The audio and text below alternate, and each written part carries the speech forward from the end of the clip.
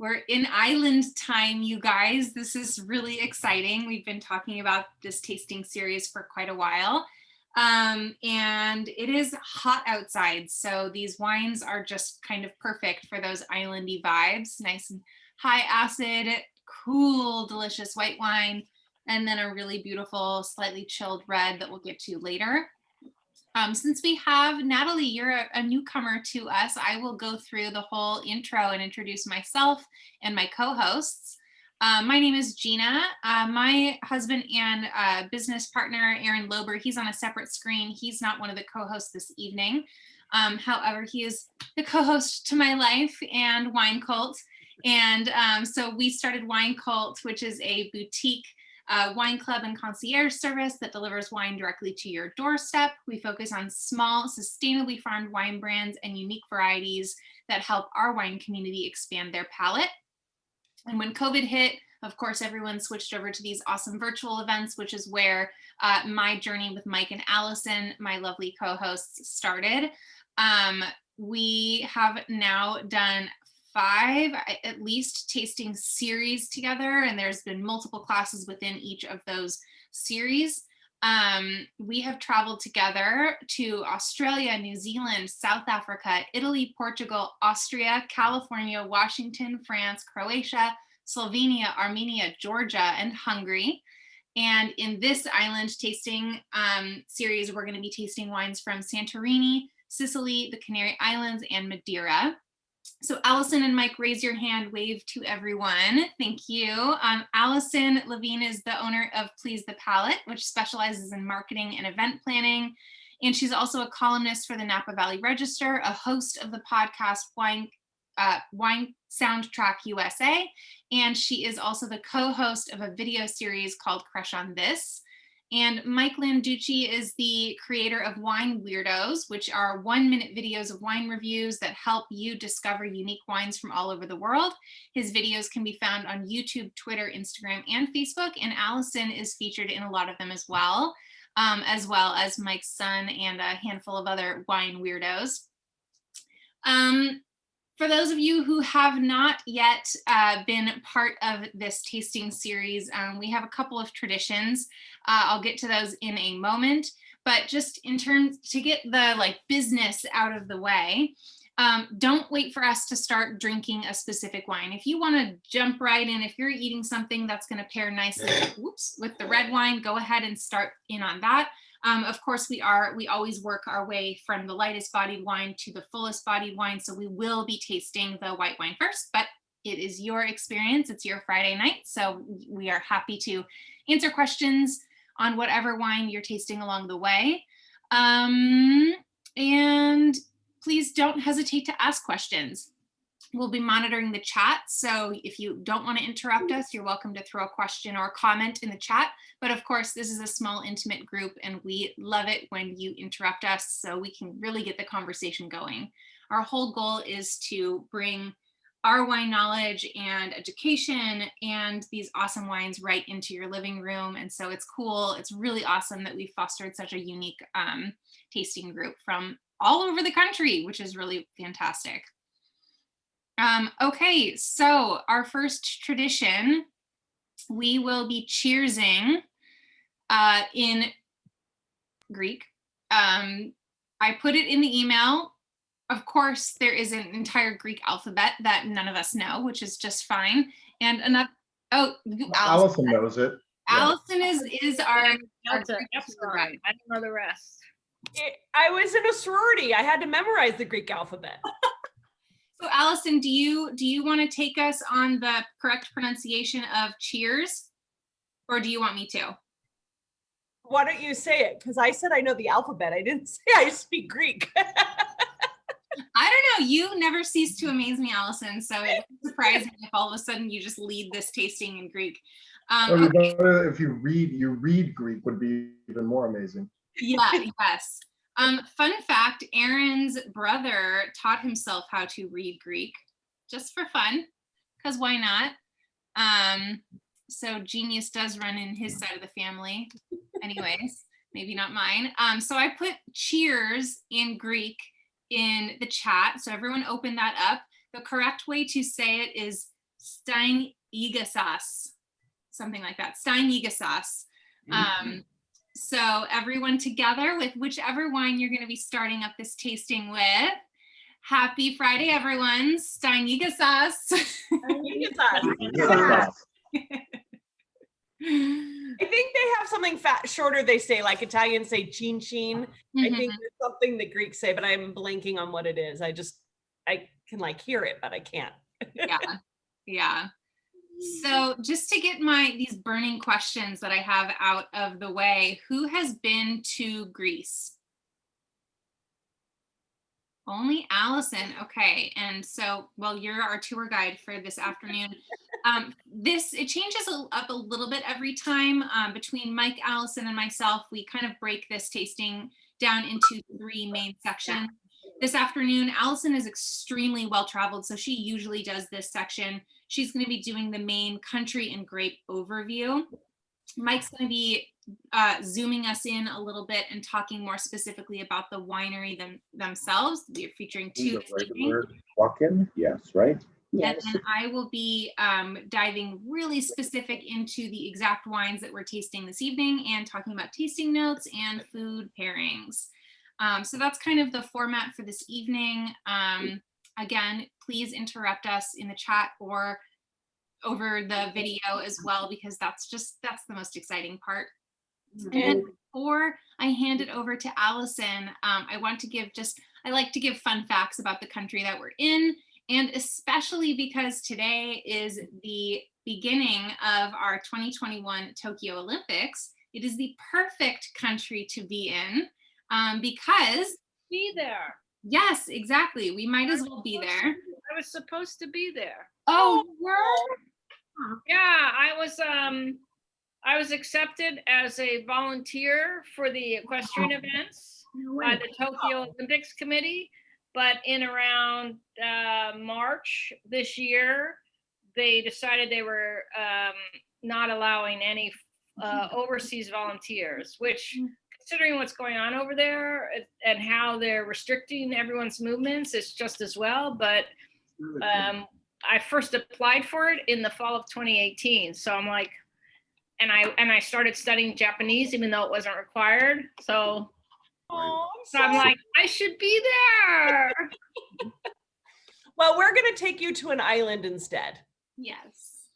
I mean, Japan's kind of an island, but we're going to go to a tropical island. And we do have Greece to thank for these Olympics.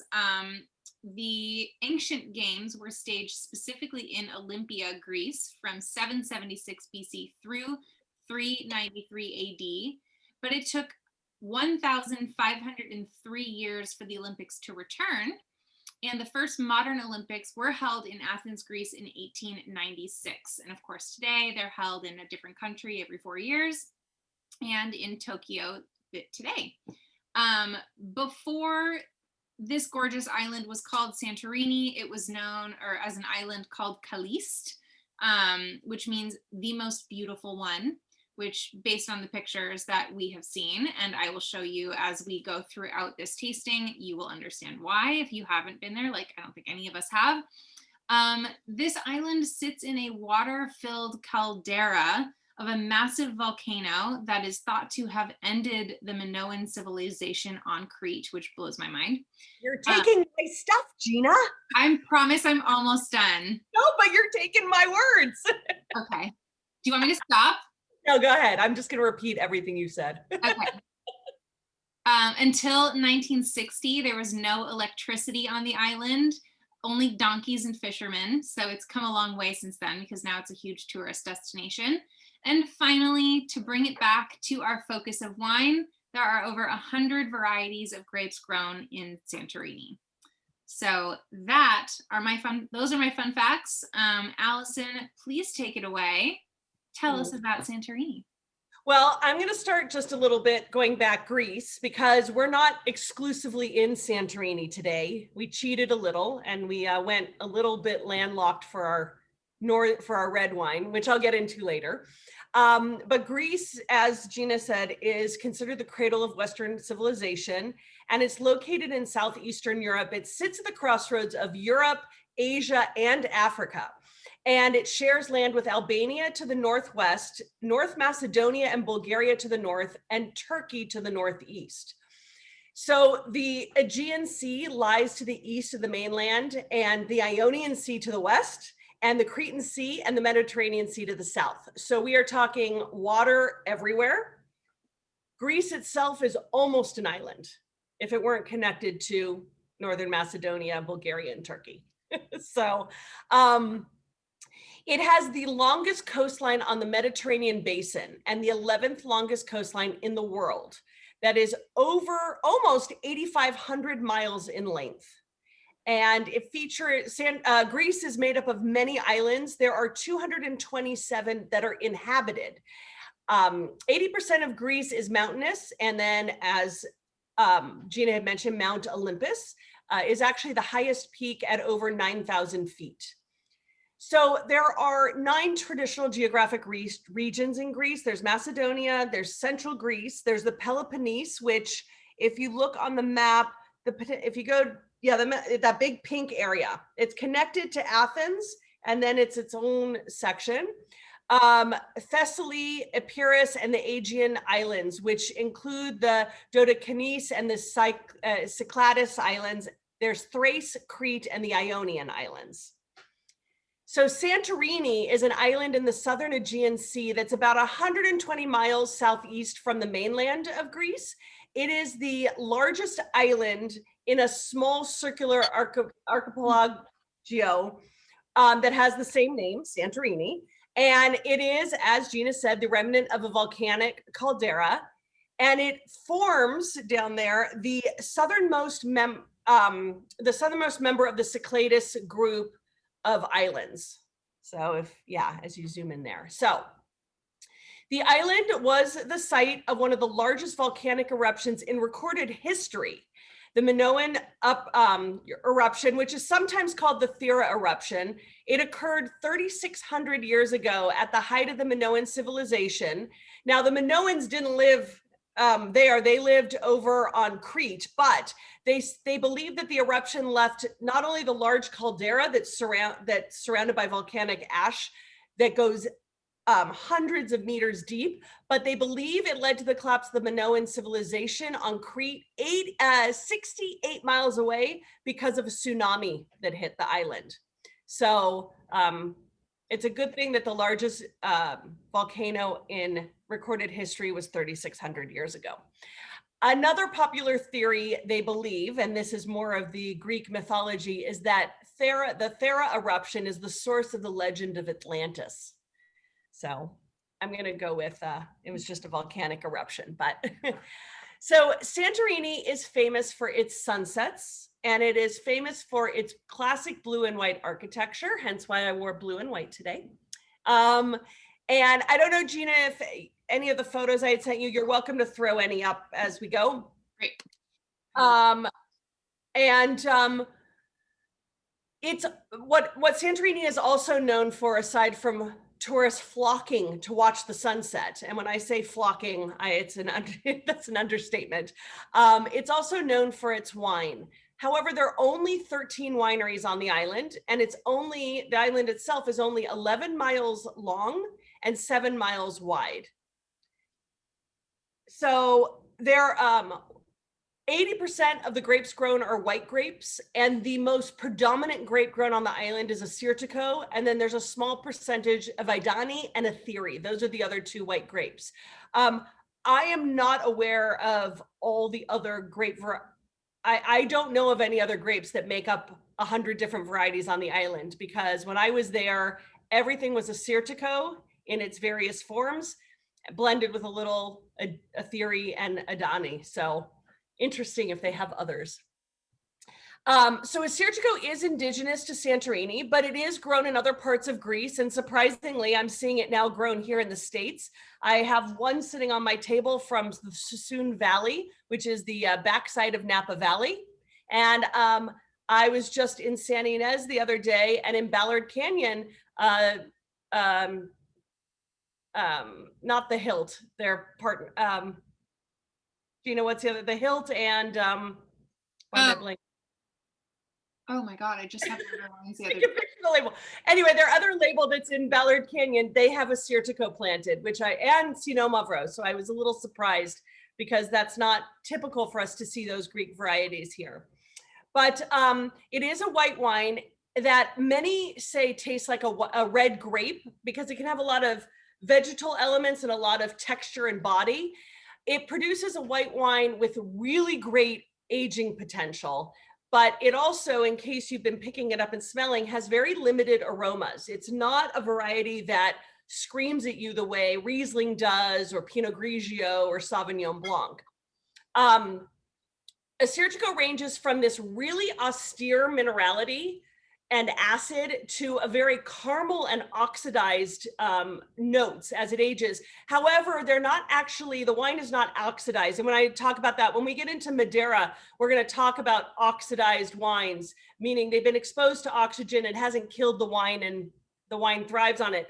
A lot of times when we age our white wines, they tend to get oxidized in their flavors and not as good, or it changes everything. So the unique thing about Assyrtiko is it picks up these oxidized characteristics without actually oxidizing.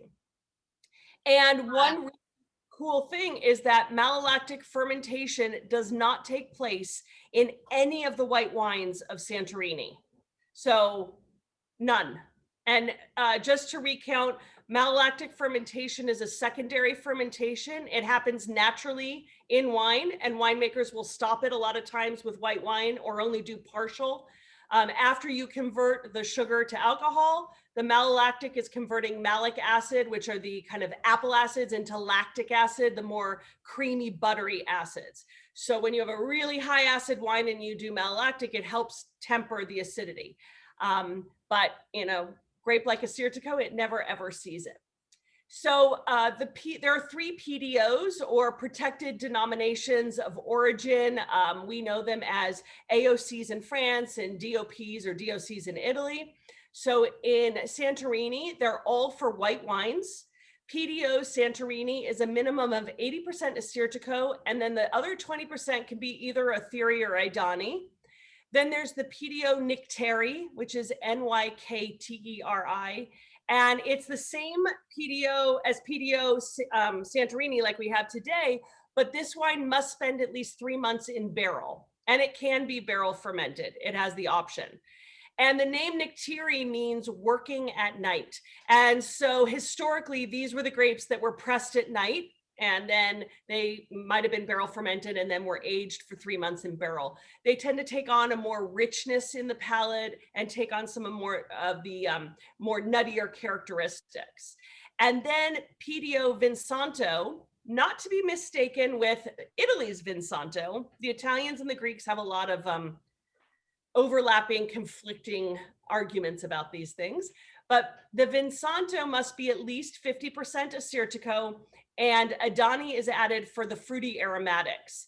And so after they pick the grapes, they leave them in the sun to what they call burn them for 5 to 10 days. And even though this Vinsanto in Santorini is made with white grapes, it is a caramel brown color, and it's a magnificent wine. But what makes Santorini the most unique of most wine regions is the vineyards. Instead of trellises, the vines are grown in what are called collura. And do you have a photo of that, Gina? The vine structure? Yeah.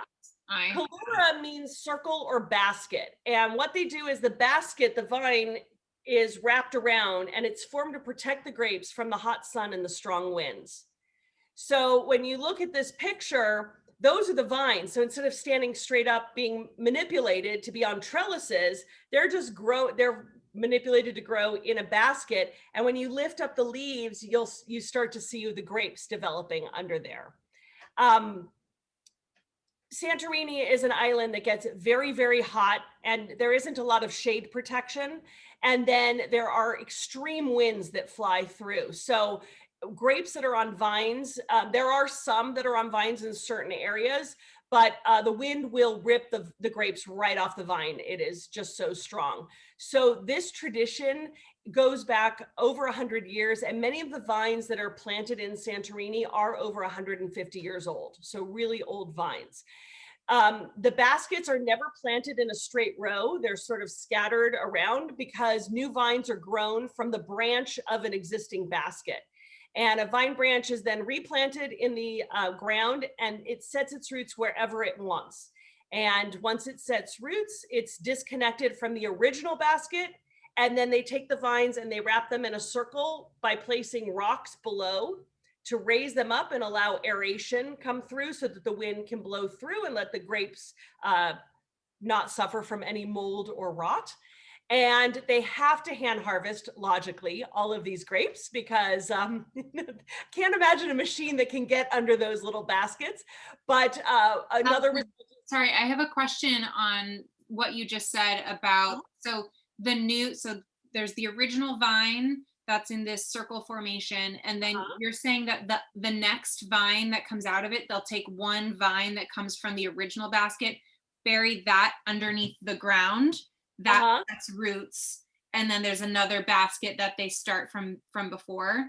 They'll take, exactly, it'll set its roots, and once it's set its roots wherever it wants to go, they cut it off from the original basket, and then they twist the new one into a basket as it grows. There's a really cool, if anyone is in Ballard Canyon, there's a vineyard called Stoltman, which they make fantastic wine. In their vineyard, they have a program that is designated for anyone who wants to see a similar example of this. You can go to their vineyard and they call it Mamas. And Allison, have you heard, or Mike, have you heard of this before? It's so cool. And I only bring it up because it's a really great example, and it's extremely rare to see this kind of planting structure.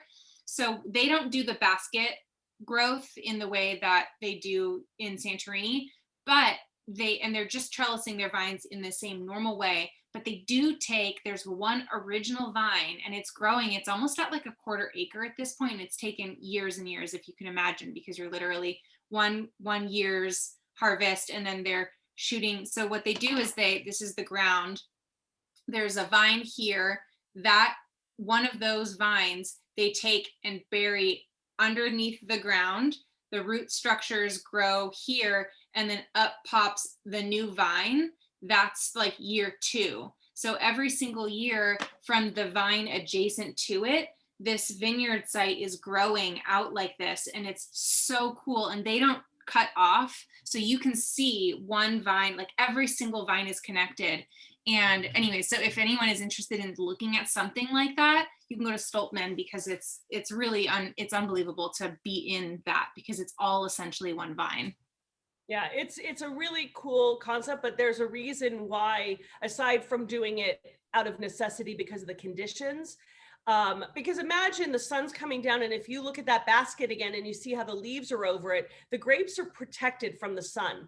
And, there's a lot of canopy management that has to be done in vineyards, but here you can't even really see the berries that are developing. And this was, when I was there, it was summertime. So they were just little berries. There weren't fully developed grapes yet.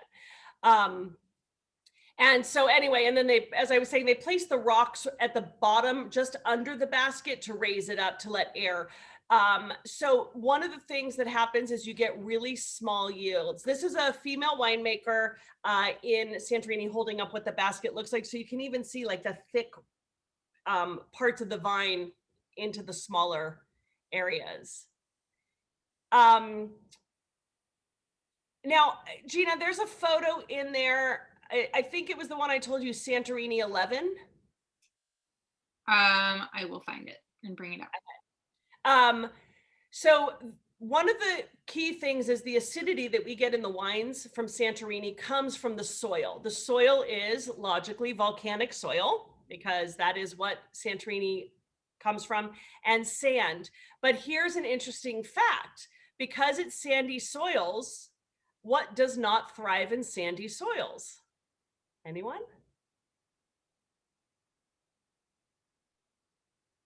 The evil phylloxera. Exactly, no phylloxera. I learned something in all these weeks.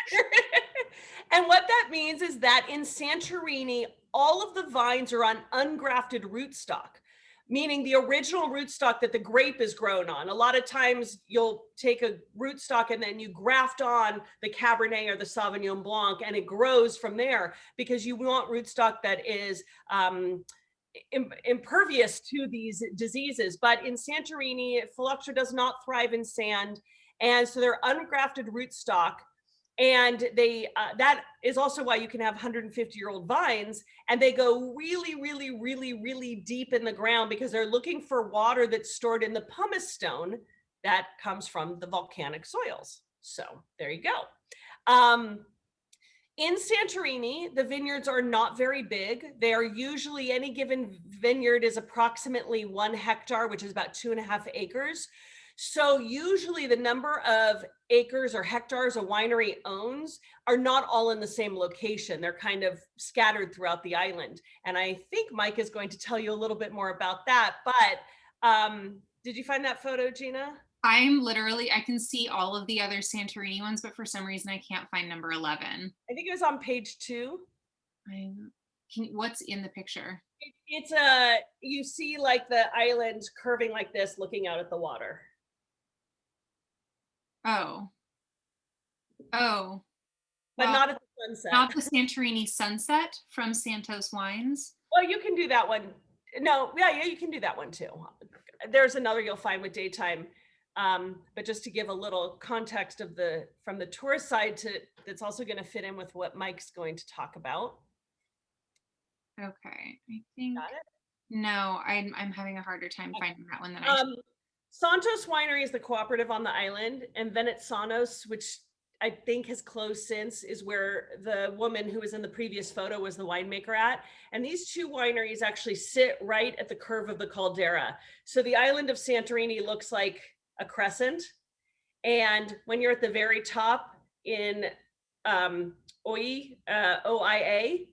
which is the very tip, and then Fira, Fira is like the most popular destination for people to go and stay. When you're up there, you can actually see to the other end of Santorini. I know this isn't the one, but it's the closest that I could find. Ooh, where's it going?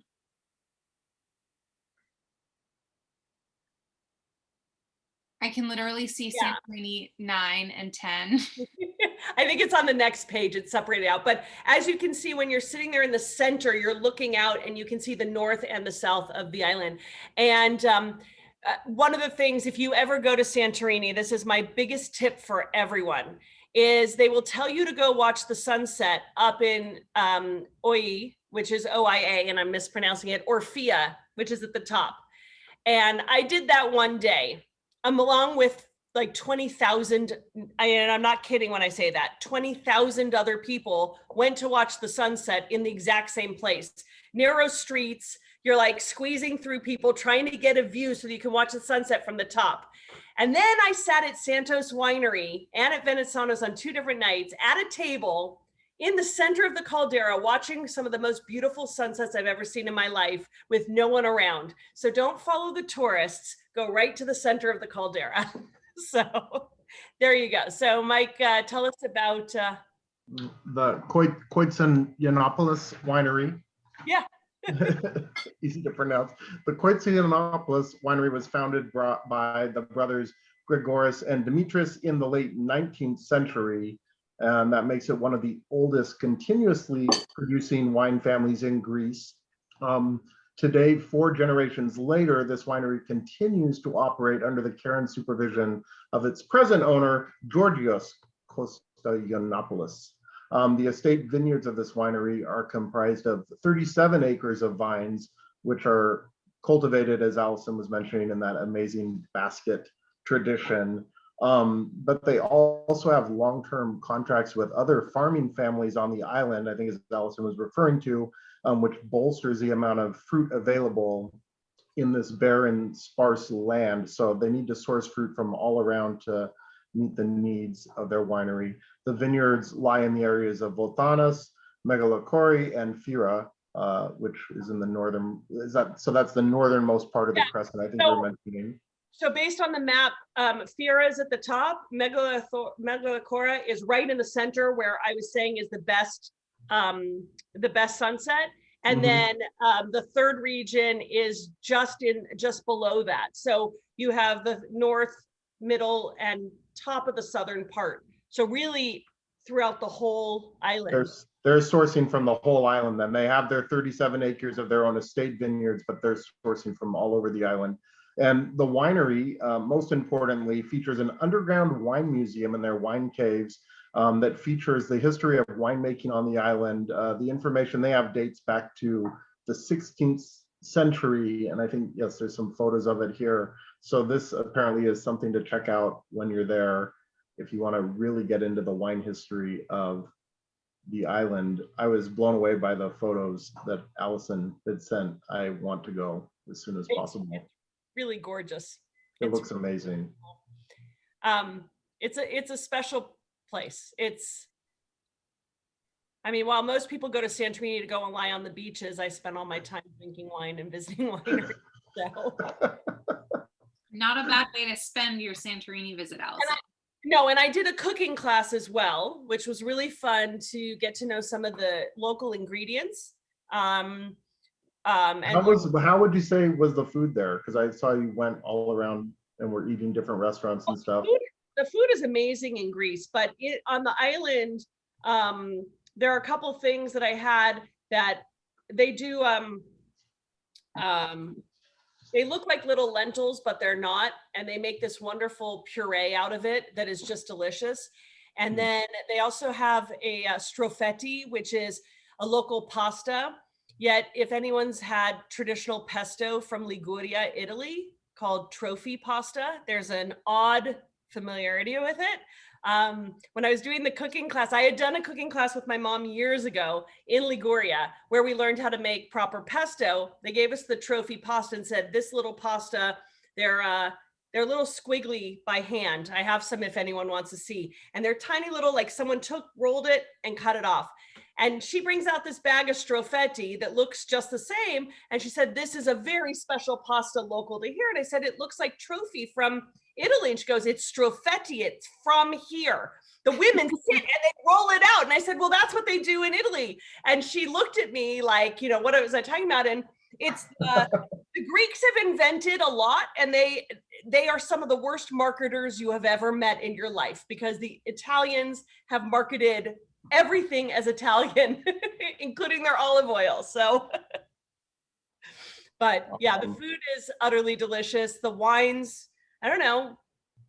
Gina, what do you think of this wine? Well, Mike, are you done telling us about the? Yes. Okay.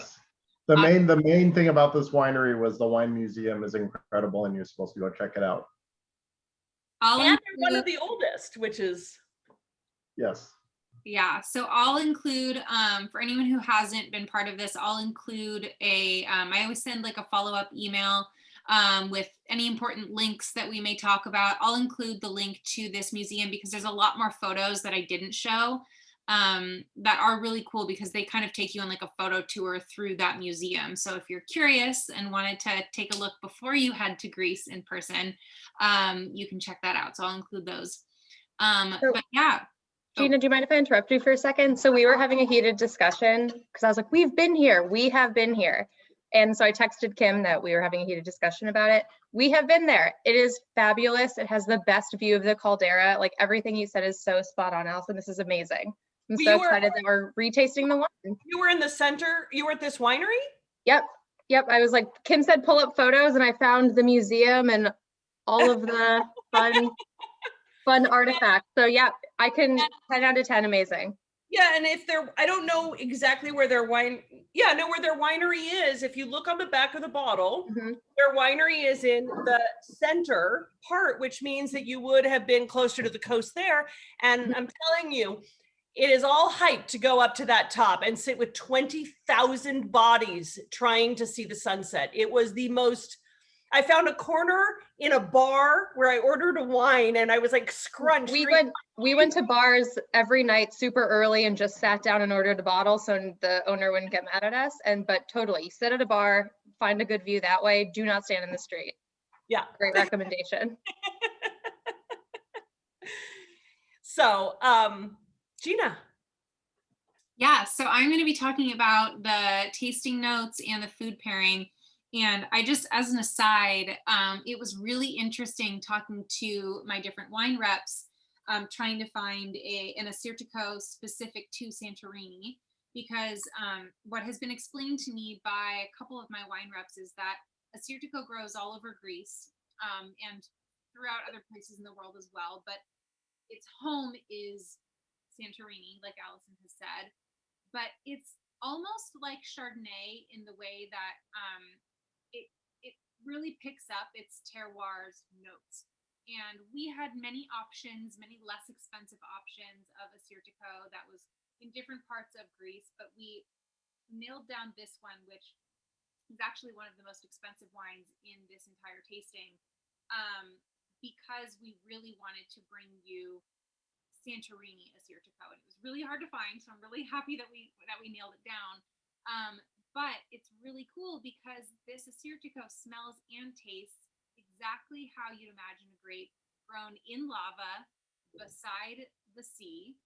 So it smells like lemons, limes, orange blossoms, wet rocks, seashells, and you even get a little bit of that like petrol. Like if you've ever been to like a volcanic area and you have that like gassy, like petrol-y smell in the air, I do get a little bit of that in here. And at first I was like, that smells funky and weird, but then of course it makes sense because that's its terroir. On the palate, definitely a high acid white wine, but it's not a porch pounder. It's not something that you can just like sip on without thinking about and like accidentally drink the whole bottle. There's so much going on here. And it really demands like respect, which is very cool because there's a ton of white wines out there that you can just kind of mindlessly drink and not have to pair with food. And I'm enjoying this drinking it by itself, but I can tell that just paired with a number of different things like I'm about to mention, it's such a fantastic white wine that really commands its presence. So high acidity, strong minerality and salinity, and then you even get a little tiny bit of like a tannin, maybe more so than you normally would in a white wine. So again, it kind of like it punches you in the face a little bit more than a normal, whatever a normal is to you, white wine would be. Diving into food pairings, it's definitely anything from the ocean. You've all heard the saying, I'm sure, what grows together goes together.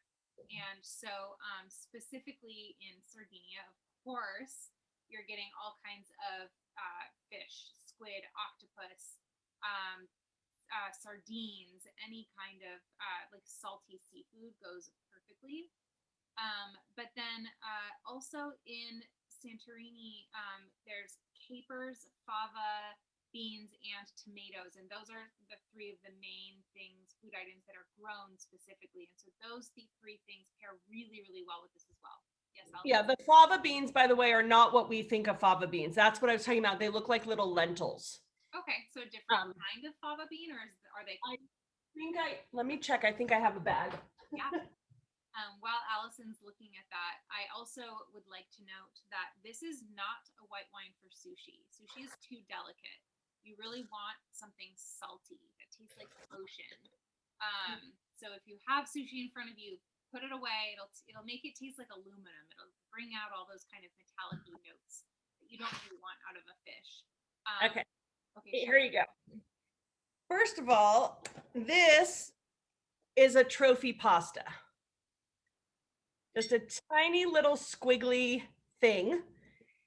And that's what they call strofetti. And then this is what fava is. They're these tiny little, they make like a light orangey yellow puree that looks like hummus.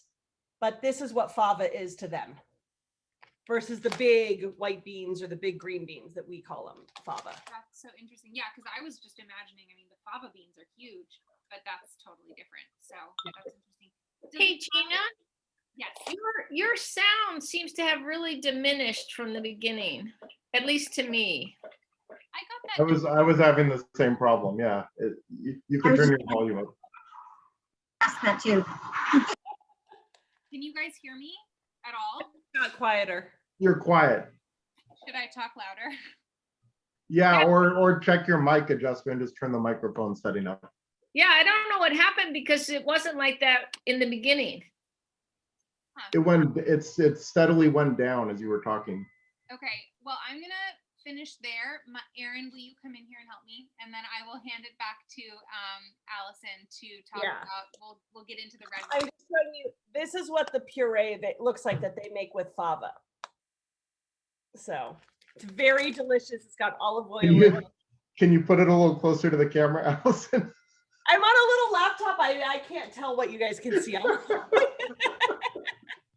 We got a really close-up view of that. I have to say that I had roasted some vegetables and I roasted some feta and tomatoes, and the Assyrtiko works great with the feta, but also the tomatoes, the acid of the tomatoes, and maybe because they're heirloom tomatoes and they've been roasted, but it actually works with the wine as opposed to fighting it. So what do you guys, anyone else out there pairing stuff? yeah, what do you guys think of Assyrtiko? Have you had it before? We know Katie and Kevin have, even if they don't remember. One of us does.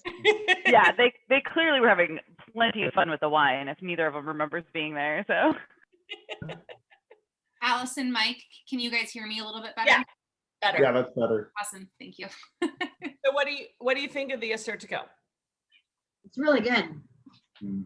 It's really good. It's got interesting aromas and it's got like some weight to it, but not so heavy that it, just enough rounded mouthfeel a bit, and then it finishes pretty clean. Yeah. But I can see drinking this, a lot of it, like, woo, sitting in the sun and.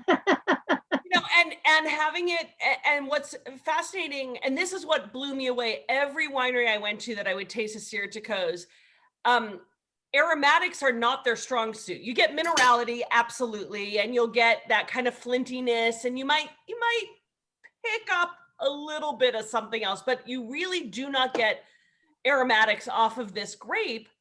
If it's got a little Aetheri or Adana in it, it might bring up some more floral.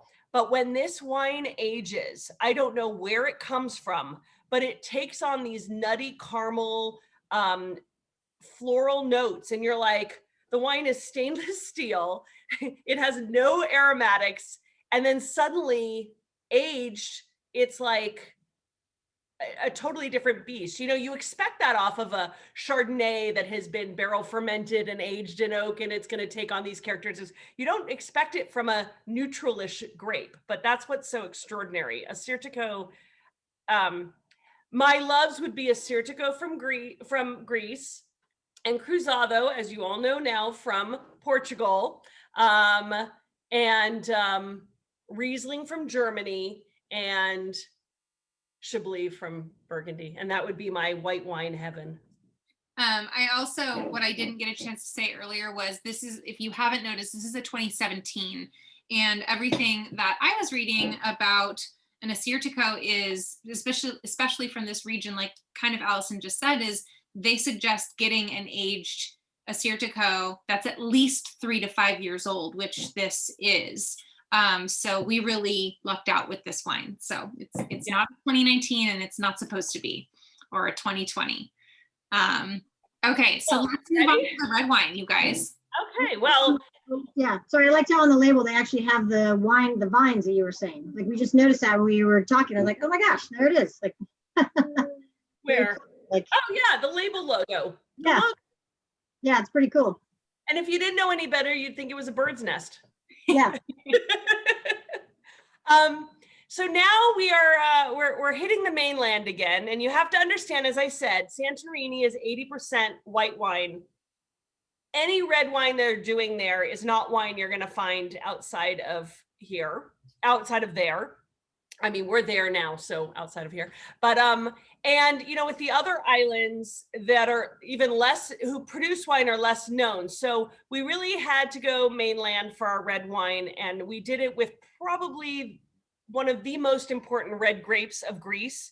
And since Greece is almost an island, because there are 4 seas around it and the longest beach in the world, or 11th in the world, I mean, we have to give it a little credit.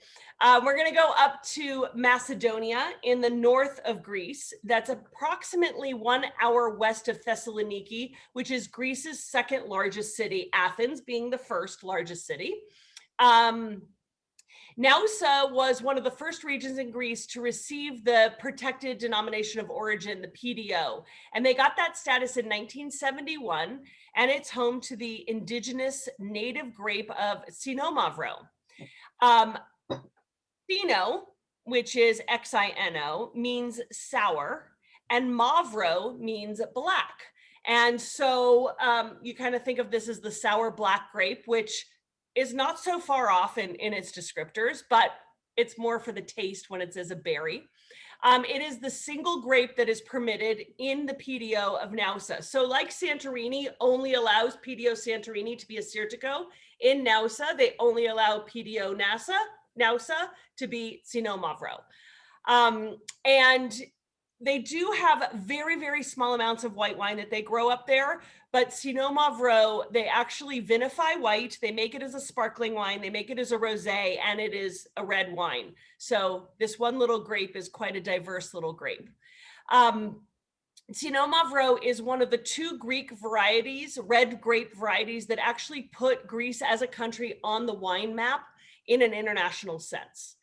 So the vineyards of Nausa are located at an elevation of about a little over 1,000 feet, and they're influenced by the Aegean and Ionian seas, which give it a real mosaic of soils. You've got rocks and you've got clay throughout the region. And compared to the sand and volcanic soils, and we're now moving into rocks and clay, really great for structured wines. The region has a Mediterranean climate and a strong continental influence. So what that means is the days reach really high temperatures and the nights reach really low temperatures, giving it a nice diurnal shift, allowing the grapes to rest and build up their energy. So very high in acidity. And the climate, which is combined with humidity and high fog, make it one of the last grapes to be harvested all season long. It takes a long time to ripen this grape. So Xinomavro tends to be a well-structured, full-bodied red wine, but it, as I said, it can be white wine, it can be rosé, it can be sparkling. They can also make it as a pasita, which is a late harvest, and they can make a grappa from it. So it really is the grape that can do everything.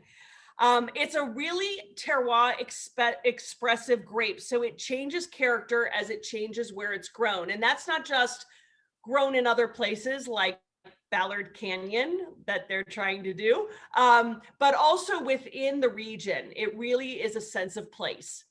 And typical aromas of Xinomavro include things like spice, ripe tomatoes, black olives, violets, and wild strawberries, and dark chocolate, and leather. So I'm sure that things like ripe tomatoes and black olives are not typical characteristics, but you get your nose into it, Xinomavro, and you actually can smell sometimes those things. Most times you can.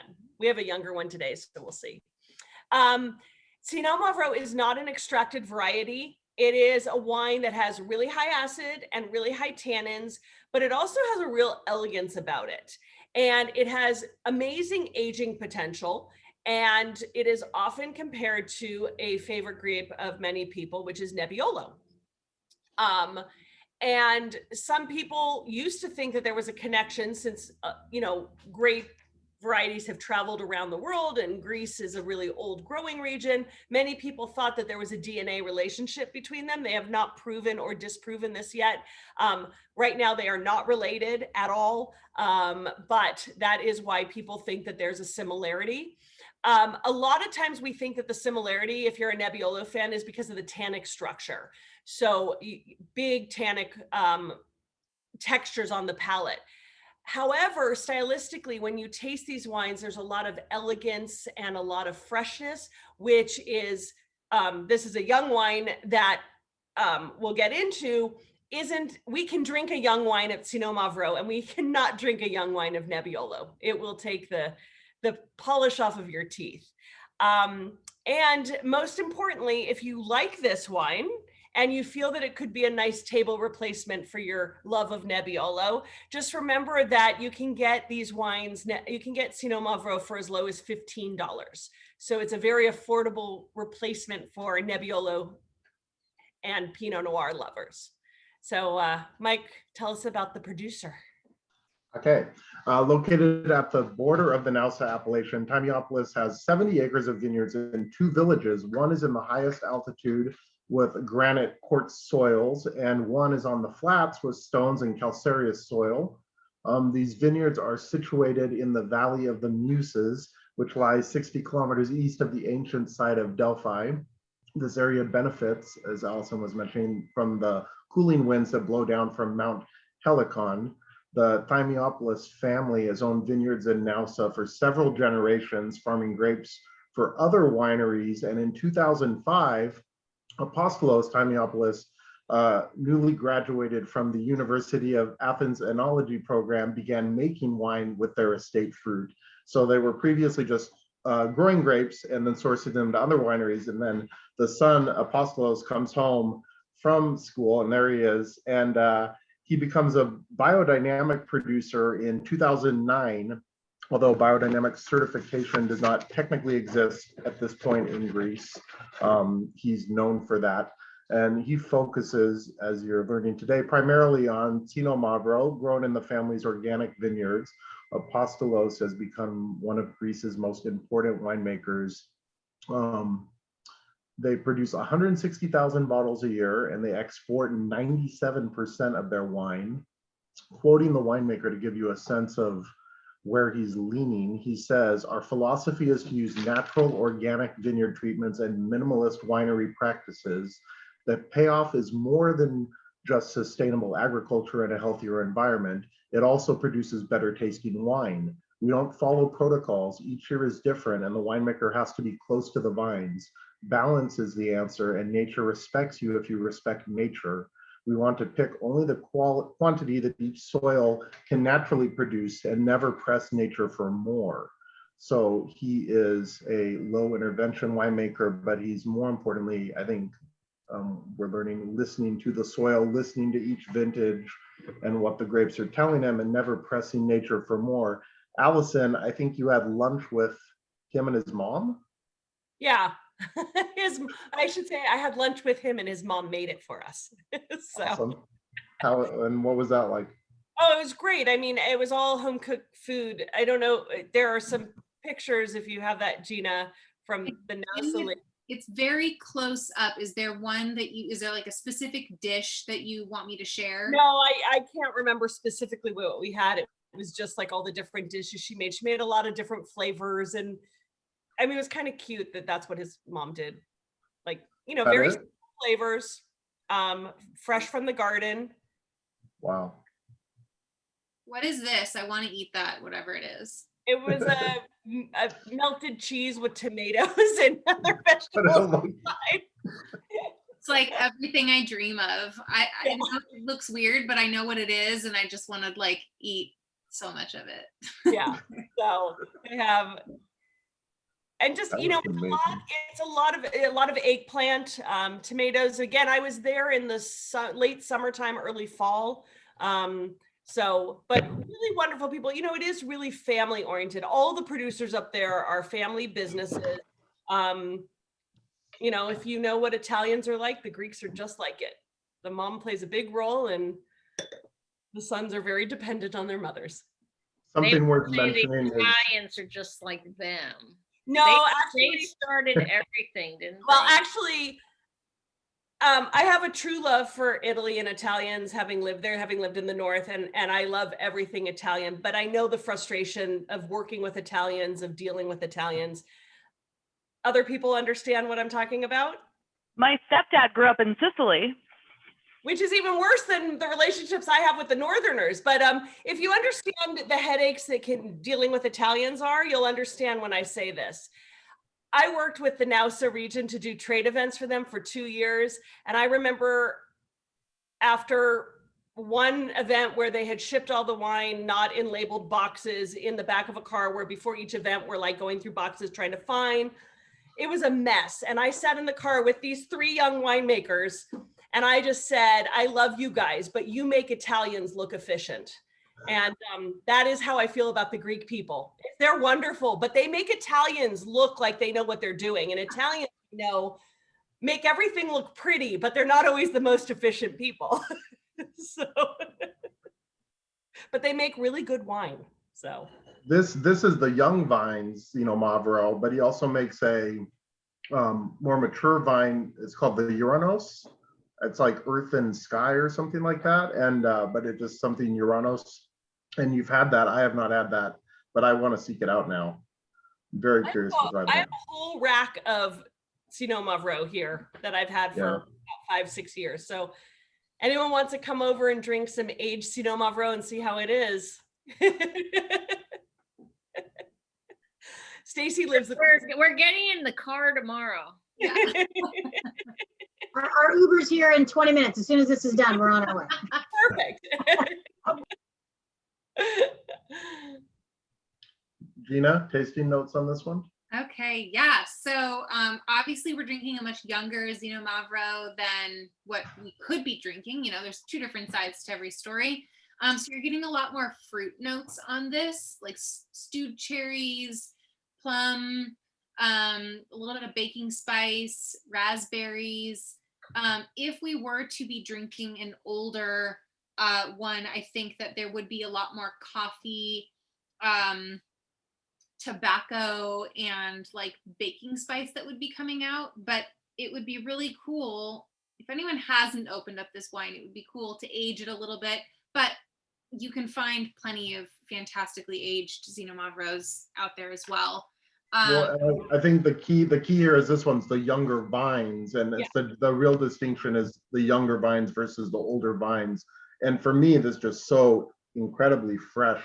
Yes. On the nose. It's just exquisite. This isn't really a wine meant to be aged too much. I mean, it's 2020, so you could go another couple years. But I will tell you, if you taste other Pinot Mavros, and again, even his, but ones that aren't young vine designates, I am not kidding when I say you will smell olives and tomatoes in the glass. And once you kind of know it, you put your nose in the glass and you're like, oh my God, it's, how they say that when you smell Nebbiolo, you're supposed to smell tar and roses. Mm-hmm. And that is the same thing with Pinot Mavro. You are supposed to smell tomato and olives, which I hope you like those smells. I like them, but. Allison, tomato like fresh tomato from the garden or tomato like stewed tomato? Something in between that. It's not like you're smelling fresh. You smell tomatoes, I would say. Like tomato leaf, right? More like tomato leaf. Like Brunello will sometimes have that. Yeah, a little more of the tomato leaf, a little more of the not quite stewed, but maybe a little more in that savory herbaceous way. Gotcha. I want to talk about food pairings because now I'm starving and I'm like really excited about all of the food. So obviously lamb is like, that's what you think of when you think of Greek food, lamb gyros. Definitely. I included, I'm sure, everyone definitely got the email because you're here now. But if you are planning on doing some cooking over the weekend and still have some of these wines open, I really encourage you to go to some of those recipes that I included because they're great. And then they also give you a really great idea of, the cuisine from this region. But yeah, so lamb, whether it be, what's that called when it's like on that, that you shave off for, anyways. Gyro? Yeah. Okay. Yes. That's what that's called. I mean, but that one. So you know what I'm talking. Anyways, you all know what I'm talking about. Lots and lots of meat, like meat stews. And then if you're a vegetarian or a vegan, well, not a vegan, if you're a vegetarian, mushroom risotto with like Parmesan cheese would be an absolute kick-ass pairing for this wine. And then if you are vegan, definitely go the like mushroom olive oil route with some herbs as well, because that would just be outstanding. And then I'm sure we are all aware of the different like flavored Parmesan cheeses from Trader Joe's. There's like a Syrah soaked one. I read in a couple of different articles specifically about Pinot Mavro that like wine flavored cheeses are like the go-to. And I've never seen that in any other like discussion about wine pairings, but specifically Zino Mavro needs like wine flavored cheeses, which I thought was really interesting and important to note. I don't have any in my fridge now, but that's a staple in my fridge normally. So I encourage you guys to grab some from Trader Joe's as the weekend progresses. But yeah, so lots and lots of options, especially since this is a younger vine, it's a little bit more fresh tasting. And then if you didn't have a chance to throw it in the fridge, if you want your second glass slightly chilled and you want to compare and contrast the two flavors, put this wine in the fridge when you're done, wait about 20-25 minutes until it reaches about 60-65 degrees, and then you'll have kind of a whole new experience of the wine. So lots of exciting notes on this one. What do you guys think? From the audience, not Allison or Mike. What do you guys think about this wine? I opened it last night. I liked it last night. I like it today. Did you notice any significant changes, Marcy? No, I don't think so. But we know I'm not the most educated. You're a good listener. You said phylloxera. I did. And Marcy, now you know that if you're ever in a wine region and someone says they have sandy soils, you can be like, does that mean you never suffered from phylloxera? It's casual conversation. If you ever go to Priorat, they're in the same situation in Spain. They never had an issue with phylloxera and are on their own rooted. So, I mean, there are certain regions of the world, so you can sound very savvy. I am so trying to plan my 2022, but you know, this COVID stuff is just like making me crazy. But I totally want to go somewhere in 2022. We're still in 2021. 2021 almost feels like it's going to go down the drain. So, yep. For international travel. Marcy, I want you to go to the next Olympics. I'm counting on you. The next Olympics is in Paris, and you know what I'm looking at is there are people. Somehow I found this WhatsApp group that was international volunteers for Tokyo. So we've all been on this WhatsApp group for a long time, and some of them were foreigners who live in Tokyo, so they didn't get cut loose. And they're all now like sending photos and talking about it, you know, because they're trying to keep all of us who were excluded involved. But yeah, we're all talking Paris 2024, we will sign up. LA 2028. So, you know, and once you kicked out of that one. I'm so excited for that. I'm still living here. They can't kick me out of it, right? And as long as I mean, I was surprised a little bit to get accepted, I guess, but I've done volunteering for the World Equestrian Games. And so I think that really helped me get accepted in Tokyo. So I plan to, although I'm much older than all these other people, apparently, I do plan to apply for Paris. And are you an equestrian? Yeah. You see, this is oh wait, you probably can't see unless you make. Oh, I see the picture behind you. So the picture on my side here, that's me on jumping Tyler, actually up in La Cañada Flint Ridge. The picture above it is actually a photograph of Secretariat's stretch run in the Belmont in 1973. And that's I had a portrait done of my big horse, my big show horse, over the fireplace. Yeah, I've not put the computer in this location before, so you know, eventually you guys will see my whole house. Maybe, I don't know.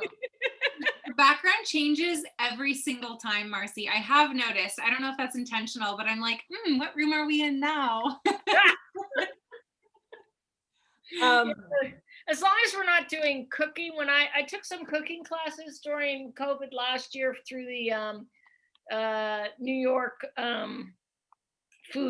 York Wine and Food Festival. They did online, and then they had cooking classes with different celebrities and stuff. And, you know, so they got to see my kitchen a lot, but, you know, we're not doing that.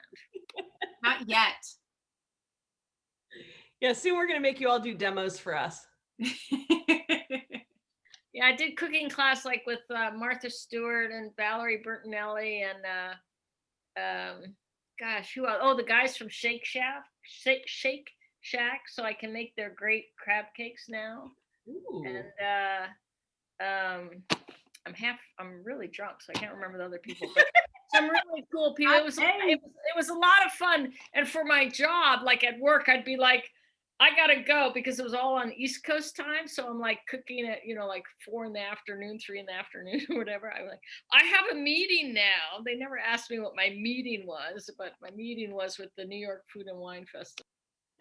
So I know you guys all signed up to join us in our island hop, and it is summertime. And while everyone's starting to travel at the same time, we're all going to be forced not to because, if you don't get vaccinated, you ruin it for the rest of us.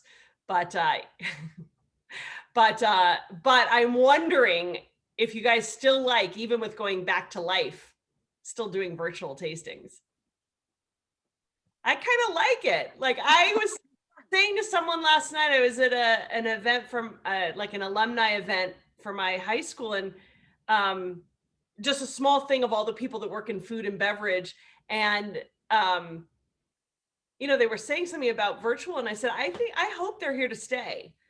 Even something like this, to do it on a Friday night from 6 to 7, 7:15, and then you either have friends over and you continue drinking and have dinner, or you go out to dinner afterwards, or if you're on the East Coast, you make dinner, have friends come over. Like, what a perfect way to spend a night. Who wants to go out and fight crowds anymore? I have young children. My social life has improved so much during COVID because of virtual options. Like, let's be honest, it's a free for all in there and everybody's happy.